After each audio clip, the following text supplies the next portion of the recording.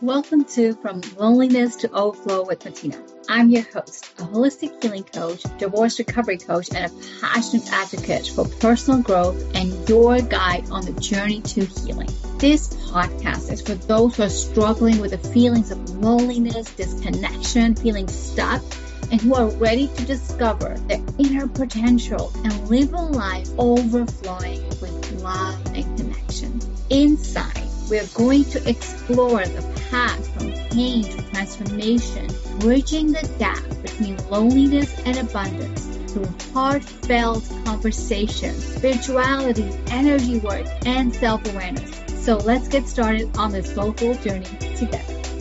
Welcome to another episode from Loneliness to Overflow with Matina. It is such a pleasure to have a conversation today with someone who has experienced many different transformations in her life and continues to discover herself, continues to be on this learning path, not only for others, but also for her. That's absolutely a pleasure introducing you, Natalie, and having the world hear your story. But before we step into that, please share more about you and what you do in this world. Thanks, Matina. Actually, I love that the first thing you said is multiple transformations or something like that, because one of the things that I found is that unlike a butterfly, we don't go through it once. We go through it over and over. And I think I've had way more than my fair share. And I like to joke that kind of have to be careful what you name your business. Because the intention's so powerful and my business's name is transformation. It's like, oh, okay, that explains things. Yes. So, yeah, just a brief introduction. I've always been on my own personal quest, way more in my own world and into personal growth than your average human, even starting really young. And then I just naturally always felt like every time I learn something or life kicks my butt and teaches, I need to turn around and leave a trail of clues behind me for other people going through a similar path. It's just always been my nature. And so the journey from all along had all of these transformations that kept happening. And as I've gotten older, they've gotten more intense. I feel like it's a combination of sometimes it's the matter of when life will give you lessons, they'll keep repeating till you get it. Yes. That's part of it. I think it's that for when you're one of those people who's more highly attuned to evolution, that life is going to present you things that are really going to challenge you to get to another level that most people it doesn't even cross their mind. Right. And so that's what I feel like, instead of looking at some of the more challenging and even ridiculous things that have happened, I can see the trail. I can see that it was all happening for a reason, both in my personal life and business. It's some of the worst things have actually been the greatest blessing. That's so interesting you say that, because those pivotal points, they really truly bring us out of the loneliness into the overflow that we are experiencing now. But it is absolutely right that it has to be multiple. It's not as, oh, I arrived here. Thank you. Yay, I made it. You're still human. You're still going to go through transitions. You're still going to learn and evolve into who you truly know that you can be. Even though when there is a disconnect of knowing that that's what you can do, there is an inner knowing of that. So let me ask you a question around this then. Can you really share with the audience today a pivotal moment where you felt lonely or disconnected and how you went out of that into what was next for you at that time? Like I said, I've been through this cycle multiple times. And each time it gets bigger. Both the hard part gets bigger and the amazing results of the other side of it get bigger. But I think the one that's the most, when I really recognized that, you actually picked the right word, the loneliness, that I never understood that was what was going on. I didn't, actually this most recent thing about 4 years ago, so when I realized, my core wound is, fear of being alone. So it's literally about loneliness, right? So what happened was, it's, really hard to put it in a really short explanation. So it had already been 5-6 years of really challenging circumstances with my husband, who's also my business partner, having a long-term illness and a lot of disruption, but a lot of things, again, is always seeing it was all leading to something greater and better. And I was always able to, and at this one point, it was my husband had already been sick and he has an immune condition. So we were already kind of limited. And then COVID came And secretly, there's part of me that felt like, it's actually kind of nice that I'm not the only one kind of quarantined right now. Because I had already been somewhat in that situation for a year at that point.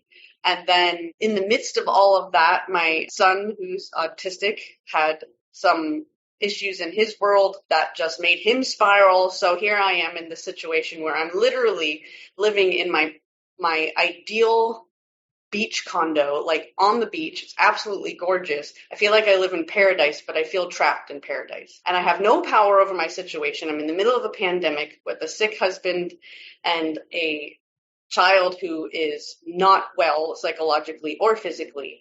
And I can't do anything about it, right? So obviously, this is a terrible situation to be in, just at a practical level. But personally, it was like that. It's like it was the only time in my life I really felt powerless, because I always feel like I have so much power and I'm very confident and I know that like I can direct my will at anything. But it was like I was completely trapped. I felt like I was in a prison. And psychologically, I felt very isolated and alone. But then something happened to me that had never happened to me before, where I always, I have this kind of, it's a blessing and a curse. I have this skill to be able to like check out and control my emotions and stay really like calm and peaceful through anything. But what I've come to put language around is I'm good at dissociating. That I did not know, like, yay, therapy. Like now I understand that's what's happening. But what happens is that can go way too far. And that's what happened to me is I dissociated so far outside that I actually couldn't even remember what it felt like to be like alive or free. I couldn't remember. It literally was blocked. And then the only way I could come to describe it later when talking to people about it is like at one point I felt like I was trapped inside of a steel balloon, that I had just put this really thick wall up around myself. Right. And then again, here I am, I'm living in paradise, but completely tortured. And I'm sitting there. It's like the beauty of it was like one of the only things that was like keeping me outside of just completely being trapped in myself. And I sit out on the porch and I'd look and I'd see people walking. And it's like one day I was like, I think I kind of remember what that's like. And then I was like, whoa, wait a minute. And so I kind of like popped out of that bubble where I was trapped. And then I realized there's something wrong here that I had been blinded to before. I just blocked it out because I couldn't take anymore. And that's actually when I started doing therapy intensively and really working on myself. And it's like, and this is again after having like created a lot of success in my business. And actually during that period, even through the complete craziness of it, our business, we just kept growing and evolving even within that, right? So even in the worst possible situation, I was always able to project my energy forward. But in this case, it was like, it finally got bad enough that I actually had to like face me. I actually had to take responsibility for me and see my patterns more clearly, because it was like the stakes were so much higher because I had lost myself, right? So even though normally when I'm doing an interview like this or talking publicly or teaching, I'm teaching more from like, it's like more of a practical, like I said, like leaving the trail of clues and about business. But like this really showed me, it's like what personal growth really means, like, and what life really is. And that no one likes to talk about it. But that the truth is that everyone goes through something really, really hard in their lives. And a lot of times it's over and over and over again. And like, it's in those hard moments that you meet yourself, and that's what happened. And then, so since then it's been this crazy journey of taking back control of myself and like what I call radical personal responsibilities. Like, it doesn't matter what the circumstances are. I have to own me. And then from there, it's like influencing the circumstances around me. And it's been truly wild, but it's led me to a level of like really knowing and trusting myself. And as in your words, or overflow, it's like the overflow piece of it. It's like not only has it impacted the people around me and changed circumstances and continued to lead towards greater overflow in business, but it's like now the overflow that I feel is that through this journey of the last like 4 or 5 years, it's opened my heart in a way that I didn't even know was possible. Like I didn't realize I was so bound up and closed, but now that it's like open, like I literally feel the overflow. It's like this unconditional love that I've come to understand what that even means, that I just did not get before. Literally the worst situation in my life led to this amazing awakening. And that's why I'm so intrigued. I mean, I very rarely would do an interview. I haven't done one in a long time, but I actually love the concept of what you're doing with this show. And because I feel like that's exactly what I've gone through. Beautiful. Thank you so much. And there's so many beautiful nuggets that you shared, Natalie, from the moment where perceivingly for the world, you had it all. You had the beautiful place to live, enjoying by the water. You have a husband, you have family to take care of, and your business is booming. What else could one want? And yet there was some disconnect inside of you that was like, no, this is not right. This is not what I'm meant to be, or made you actually realize how closed off you were and how many layers of protection you have created to be able to show up even at that level where everything growing is still possible. So here's a question for you. For those who seemingly have it all for the world, but inside there's still a disconnect. For you, that pivotal moment was when you realized when people were walking on the beach as to, how does that feel like? And that simple question opened up a huge revolution of, oh, hold on, this is not okay. So what would you say to those who feel disconnected, who feel that fear of loneliness inside of them? So when I saw the other people, and it kind of reminded me what it felt like to be alive, because I was imagining like what it would be like to be them, and be them walking down the beach, not me walking down the beach. Because I recognize this, like I take myself with me, right? So I was really trying to put myself in someone else's position. And I just want to say it's not the same as it's kind of the opposite of what most people do, which is they look at the people around them and they look at what people post on social media, and they have this kind of false idea that this is what, oh, their life looks so wonderful. But I'm like, no, I can 100% guarantee that they have their own crap going on beneath the surface, just like you, right? So that's a facade. So this is very different than that. I was literally trying to, I guess it's empathize in a different sort of way. It's what would that actually be like? And that what I actually started writing down, I would get these memories of experiences of what it felt like to feel like alive and free and happy and excited. And it's these memories started coming back, and I actually started writing them down to remember and remind myself that there's a different way of feeling in the world, in my body, in myself. And I think when it's not just about being lonely, it feels like you're alone because you feel and everyone's situation is different, but one way or another, you feel it's like a disempowerment. Mm-hmm. You don't feel your power. That's what that alone feeling is, because if you feel in your power, you can be completely by yourself, and it's amazing, right? So it's really not about being alone. It's feeling like you can be surrounded in a room of people and feel alone. That happens to me all the time because I'm a rabid introvert. And so the more people around, the more I'm nope, there's no one here. I just block them out. So yeah, it's not about being alone. It's about feeling powerless. And that it was kind of a smack in the face. And part of me doesn't like to have to tell people this, but part of me feels okay, this is going to be part of what I have to keep telling people. It's people have this idea that's well, if I just got enough money, if I just lived in the right place, if I just had more freedom of my own time, then that's going to give me everything I need. And I can tell you unequivocally, I had all of those things, all of the things people put on their list that they think that they want, that's going to make their life amazing. I had them all. And I can tell you it did not mean anything, nothing, because I had all this money and I couldn't do anything with it. I had all this freedom of time and nothing to do with it. And then I had dire situations regarding health around me that no amount of money can fix. Now, don't get me wrong, having the money gave us the ability to put it into things to help with health that other people can't do. So I don't take that lightly. I recognize the power and beauty of that, but that it does not solve the problem. Mm-hmm. And so it's the lesson that health really matters. And then the lesson that even if health was good, if there's something not right within yourself, within your mind, within your relationship, that it's all of those other things, it's just a facade. They're just Band-Aids. They don't actually fix the problem. So you can't run away from yourself. You can't cover it up with layers of possessions. And not that I was doing that, because I'm actually very much a minimalist and I don't like to own things, no matter how much money I have. But it's we spend all this time trying to project this image of who we are, and then also trying to acquire what we think success looks like. But the lesson for me is like none of that really matters. I would give it all up to have like a harmonious life situation with my family and with my husband and have everyone be well and us be okay. Yeah. I could give up all of it for that. And it's like it just kind of flipped. I already had a different perspective of these things than most people, but it just completely shattered whatever lingering like blindness that I had about the reality of life. It's like, that's not what matters.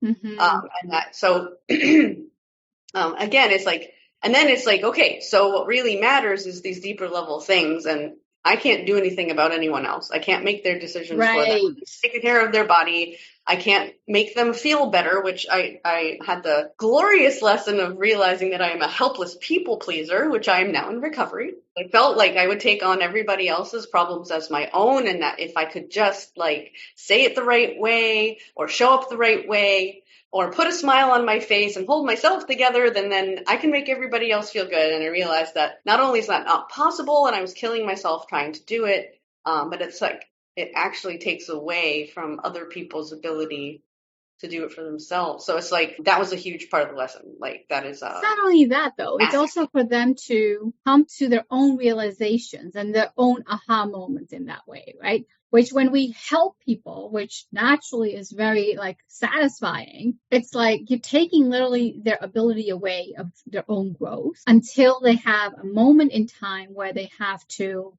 really own it and do it. Now, with everything that you shared, Natalie, the one word that keeps coming back and back is contentment. So it doesn't matter where you are in your journey. When you don't have the contentment with yourself, there's always going to be a lack of something around you. But when that contentment is there, it doesn't matter if the external lack is there. The inner peace and connection is going to help you create magical things is what I'm hearing. Would you say that that's the right conclusion to make? Yes, actually 100%. And it's funny you chose that word because the lesson is like, the first part of it was like kind of having to face reality, like stop hiding behind my damn wall and blinding myself and like face it. Then it's like, next was, okay, I have to take radical personal responsibility for myself, no matter what anyone else does.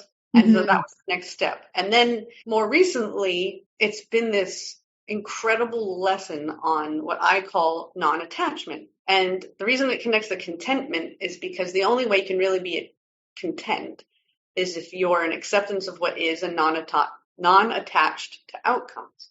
And that is a really hard thing to do, and it's a really hard thing to explain. So I'll do my best to put it in words that people can grasp what I'm saying here. It's like, so here I am I started even being able to remember what it was like to feel like alive and free and at peace and all the good things. Yeah. And so I started collecting the things that I would want. And then the more that I would realize I want them, the more I would realize it's like, it's really not optional. Like, this has to be my life. I have to have that. But then what was happening is like over time, as I'm getting more clear about what I want, then it's like that the feeling of knowing I want it and I desire it and it's meant to be mine, then I feel myself starting to attach to it. And then it feels really bad that I'm not there yet. And so this is like, it was like the lesson of what, one of the most famous teachings of Buddha is about lack of desire, but it's not about lack of desire. It's a misinterpretation of what he meant. It's about lack of attachment to the thing that you desire, because you can just enjoy desiring something, but as soon as you feel like you have to have it in order to feel right, the discord of not having it yet. And that's what he was talking about. So I kind of got forced into learning to live that lesson. And so it's like I finally realized what I really want in life. And then for the last year and a half, it's been about learning how to let it go. And there's multiple pieces of this, but like it's great to have that empowerment and set a forward intention and trajectory. But that I've learned over and over and over and over and over again until I finally got it, that most of the time, like 95% of the time, the thing that I get really specific about what it's supposed to be, what life is supposed to be, what I'm trying to create, that's not the direction it goes. right? It's like, that's not, and that if I do end up there, it's not the way I thought it was going to be. And so Right. I have this strong will and like extreme creative power. Like I am no doubt a creator. I have manifested and created completely wild things that people wouldn't even believe. But yet every time I try to make life be something, it's like it blocks it. And it's like, again, I went through a lot to get to understanding this. Mm-hmm. Whereas things somehow, when I'm not trying to force life, things just kind of magically happen to me. And then I looked back, it's like all of the crazy things that, like amazing crazy things that happened, they just kind of appeared. They fell in line. I met the right person at the right time. Synchronicity brought it to me. And I started to realize like, oh, all that effort I keep trying to put into making things happen and using my power and my will, that's not actually what's getting me results. What's getting me results is when I'm not trying to do those things and life is just kind of leading me. And then the biggest aha moment, which again comes back to this contentment, is I finally found contentment when I realized that even the bad thing, in fact, all of the bad things in my life, all of the worst things in my life, every single one of them are actually the catalyst that led to the best things in my life. The things that came that are so far beyond what I ever could have imagined if I had set a vision and an intention of what I wanted. This is way better than what I could have come up with on my own. And life delivered it to me through these crap things that happened to me that led me to that. Like I couldn't have gotten there without the shitty things, honestly. And so I was like, okay, so now this, like, all of this is just clicking my brain. And then I finally realized that I don't have to try so hard. I'm actually quite magical. That's what, like, now I realize, like, I call it, it's like I'm walking magic.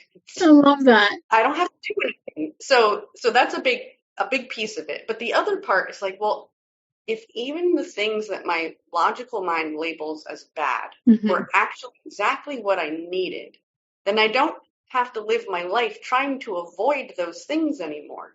I don't have to be afraid of them, in which case I can both fully accept whatever it is that's happening because I have so much faith now that it's like, I have no doubt, even this crappy thing, it's all part of life, right? So I can accept it and then I can dream about what I want and have my visions, but I'm not attached to them because even if they don't come to be the way that I envisioned them, I can see that life is going to give me something wonderful no matter what. And so that leads me to this state of contentment where I mean, at this point, literally where I'm at this moment in my life, it's almost as if I'm walking with a blindfold on and just like this. I'm not afraid of anything that could happen to me. I'm not attached to any direction I go. I really don't care because I'm so content with what is right now, even though it's still really challenging. I'm just open. And it's such a weird position to be in, to go literally from like being trapped in this like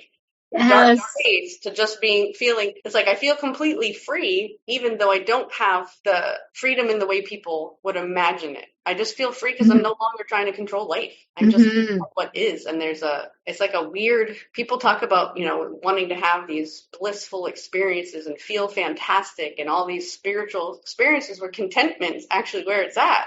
Yeah, absolutely. Absolutely. And it's very important to say, like, anyone who hasn't experienced that freedom internally or the contentment internally, it's very hard for them to grasp what you're really conveying here. And it's not about you understanding or holding on to what this means for you right now. Because we can give meanings to everything and anything that we hear, right? But it's really about stopping like, okay, maybe, just maybe, this is my next pivotal point where I just have to lean in a bit more and be okay with what's going on in my life. But then ask that bigger and better question as to, okay, where do I have action into? That where can I take action into, but also where can I let go? I can imagine for you now that you had to let go of the idea that you were powerless and into owning who you are with all the desires and all the wants, but not being attached to them. So it is and I love the fact that you started this conversation today with there are multiple aha moments and multiple pivotal points in life and transformations that always continue to build us Whereas life is never perfect, whatever perfect means, but it's always evolving.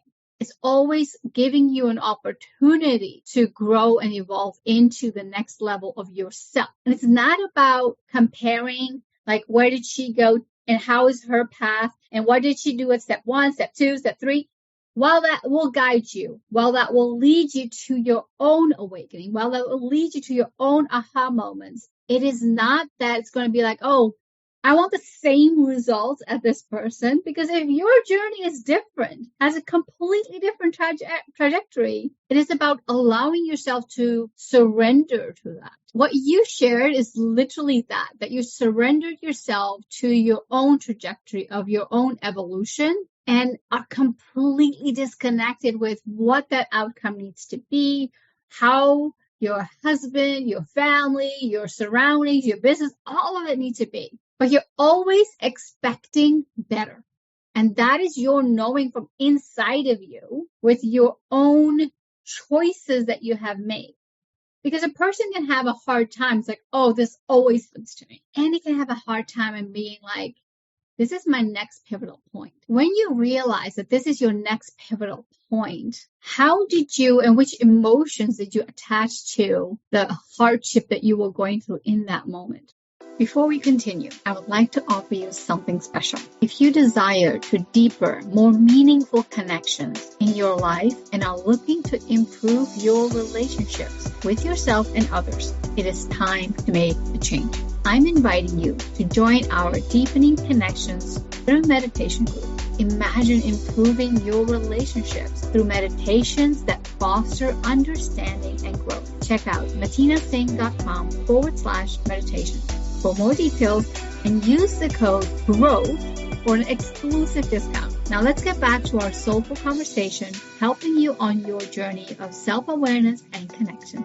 So it's a good question because, like you said, I've been through a number of really big pivots, and this one was different. So I have to give a little bit of context for the others for this one to make sense. So one of the things I did was I just knew I could not take living up in New England in the north, in the cold, in the dark, snowy yuckiness anymore.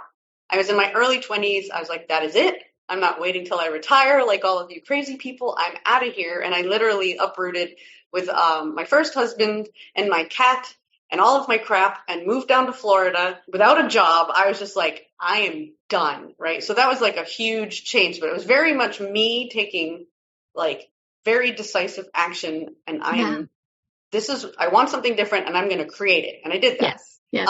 Then another time I was meant to be an entrepreneur, and the idea of picking a major in college, I'm like, I don't want any of these jobs. What are you, crazy? But so I fought against the idea of the status quo and living in a corporate box, but yet I did it to myself for a short period of time. I technically retired when I was 24 from working for other people because I just knew in my bones it was wrong for me. I couldn't do it. So I quit my job and I started my own thing, and that was a huge change. But again, it's like this decisive action. Then another point, it's like I got rid of a husband, a house, a dog, 2 businesses, and all of my stuff in like a period of 3 weeks. I just wiped the slate clean, and I completely let go of everything in my life because I woke up and realized I was living a life that wasn't mine. I was literally like checking all the boxes everybody else says you're supposed to have instead of what was authentic to me. And when I figured it out, I was like, oh, hell no. And I literally everything. And I've written about it before, and I love, like, it's just such a perfect way of describing it. It's like I literally like unwove the cloak that was covering me, and then I felt naked. There was nothing of my old identity left. So I have when I say I've been through big transitions, I mean big, but all of those was about deciding what I wanted to be different and then using my power to create change. So I'm not afraid of disruption. I'm not afraid of instability. I'm not afraid of change. I actually like it and I'm good at it. So this was different because life was giving me a situation where I had no power, and that instead of, yes, there's a very negative aspect of telling yourself I'm powerless, but that this was necessary for me because the lesson this time was acceptance. Instead of trying to change it, I was being pushed to accept it. So do you see why it's really important to know that? So it was really, really hard for me because that's like when it comes down to it, normally I know like I can literally move a mountain, Mm-hmm. but in this case, I can't. So what do I do? And so, and then you also said it's like expecting better. In this case, I couldn't. And so instead of expecting better, I had to accept less than what it could be. And it was really hard to do that. But the acceptance was the key. And this is another thing I talk about. A lot of people don't like to hear, that this idea of what people call toxic positivity, it's actually really real. So I'm also extremely good at positive thinking. I'm a recovering Pollyanna. I would see the silver lining in everything. I would always try to flip anything anybody said to the positive.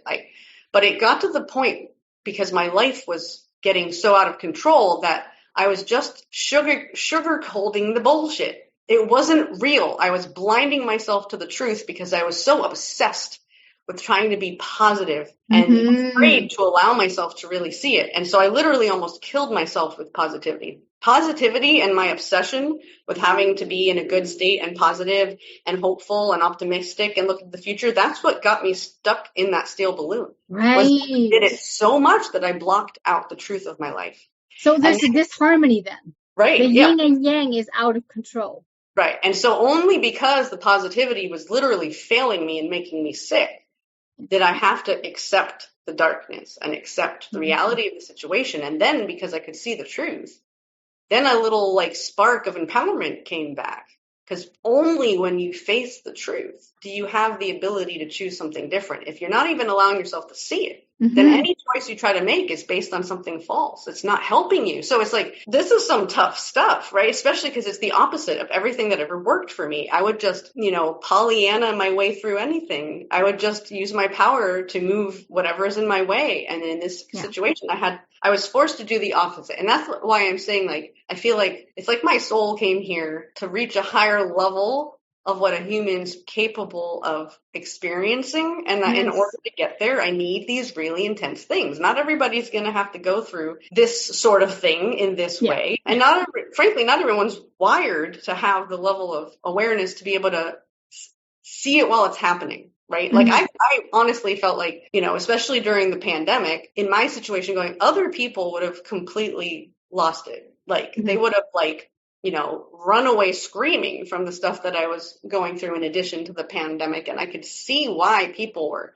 having all of these crazy things happen in their lives because of it. Because there's so much pressure. And so I was very grateful that I have this ability to kind of step back and observe myself. And I'm very non-reactive. I can control my responses. I'm very aware. Not everybody has that. So I was very grateful, but I feel like I'm given that gift for a reason. And the bad side of it means I'm going to be given things that I can handle that not everybody could. Right. And that it's in their own journey. It's really about hearing it's mine. Exactly. Right. But I should not say but, it's an and people can still find the pivotal points, because what you just shared right now, Natalie, that you wanting and needing to be positive all the time also allows you to disconnect from the negative emotions. For example, loneliness. Whereas loneliness is just a signal from your body telling you, okay, something is not right here. Right. We just need to pay attention. Please pay attention to this. And when we disconnect ourselves from that, and it's like, no, I need to be positive, positive, positive, positive, you literally take that away. So there's two things that I see in a lot of people that I'm blessed with working is, one is it's that positive syndrome. Like, I cannot be there. I need to be positive. Or it's that, but I am this. It's like, are you really that? So it's like, for example, I am lonely. It's like, no, you're not lonely. You feel lonely. It's disconnecting from your identity, knowing it's fluid. It comes and goes, and it's okay for it to come and go. What you just shared is bringing the balance back in the yin and yang, the light and the darkness. And it's okay for both to exist. We are a human being understanding and learning to understand our own journey, our own emotions, our own perceptions of the story. So what you actually gave the listeners today is very, very pivotal for them to come to their own conclusion and really lean into, okay, what does that mean to me? And it can mean different things to different people, and that's okay. There's no right or wrong here. It's literally like what comes up for you personally when you think about it. So what you shared, what came up for you was really that sense of, I always had the power. I always was able to disrupt and change and invite new ways of living. Whereas in this specific case, it was a reverse experience. It was a reverse internal learning of it's okay to feel those darker moments. It's okay to have those emotions and get back into the harmony of the yin and yang for yourself, whatever that needs to look like, right? So it is so beautiful that you shared that and that you share with such an authenticity that, hold on, my previous transformations were not that. This is the way that I live. This was different. This was really challenging. And that you couldn't see the better moments or better outcome. This is so powerful. Oh my gosh, I'm excited for you, for the listeners to hear this and really come up with their own conclusions as they come. Before we end the conversation today, I have a question to ask you that the previous guest has left. And I think it's going to be a very pivotal one and very connected to the conversation that we just had. And it's so beautiful how they come together because no one knows who's going to get the next question, right? So the question I have for you today is, what does knowing yourself look like to you? Yeah, you're right. It is pretty perfect because that's exactly what life has forced me to do. It's like, and I've always known myself pretty well, but I feel like knowing myself now is exactly what you're saying. It's like, I've had to learn to know the darkness too, instead of just pretending it's not there. And, it's like I've always been aware of shadow work and concepts like that. But now I really know what it means. And that before I was afraid of the dark parts of myself or the imperfect parts of myself or the parts that I couldn't sugarcoat like a Pollyanna or my negative thoughts or my fears, or I felt like I was supposed to be happy and positive and optimistic all the time. Mm-hmm. So knowing myself is actually just allowing all aspects of myself. And before I understood the concept that I really, really, really got, this like darkness doesn't really exist. It's just the absence of light. So I believed that my life was about bringing light and bringing it to myself, bringing it to other people. And that was really beautiful. But now I realize it's like the darkness can also be things we aren't willing to look at. Right. The darkness can be the truth. And that a lot of people, myself included, were just going around just trying to like focus on the light and focus on the light and focus on the light and don't look over there in that scary corner where the darkness is. But that it's not something to be afraid of. It's actually a tool for the greatest transformation, because only when you're willing to actually enter the darkness while holding on to your light, then can you bring the light into the darkness. But if you're never willing to go there, you can't actually illuminate anything. And doing that is what then brought me to this higher level of awareness and understanding of myself. And that for the first time, it's like I understand what like self-love means. People talk about it all the time. It's become a very popular thing in personal development. But it's like, giving myself taking a nice bath or getting my nails done or meditating or doing something that I like, it's good to do those things for myself, but that's not self-love. Self-love is self-acceptance. And it's as long as you're trying to hide from your dark parts and avoid the truth, then you're not loving yourself, because all of it is okay and all of it's good, whether it's within yourself or within life. And that's again, like that was the main lesson. It's like, yes, I have a great power to create whatever I want. But if everything I'm trying to create that I want is based on judging whatever is as bad or wrong or not good enough, then I'm missing the point. Because everything that's bad or wrong or not good enough in truth is actually fine just the way it is. Yes. Oh my gosh. I can keep talking to you, and there's so many more things that we can talk about and share. But just for the sake of today's episode, thank you so much for sharing so authentically and allowing others to hear what your rebirth moments were and continue to be. And as you continue to evolve, how self-acceptance, how contentment is really seeped into your wholeness. And I love that for you. For anyone listening, if you feel intrigued and you want to know more about Natalie, go into the description, click on her links, follow her, reach out, and let us know what was your aha moment for today. Thank you. Thank you for listening. I hope this episode has helped you to feel less alone in finding tools towards a life which is overflowing with love and purpose. If you enjoyed the episode, please take a second to rate and review. Each review helps us to reach more individuals who are seeking healing and personal growth just like you. And don't forget to take a screenshot and share your aha moments on your Instagram stories and tag me, Matina. See you next week. Take care.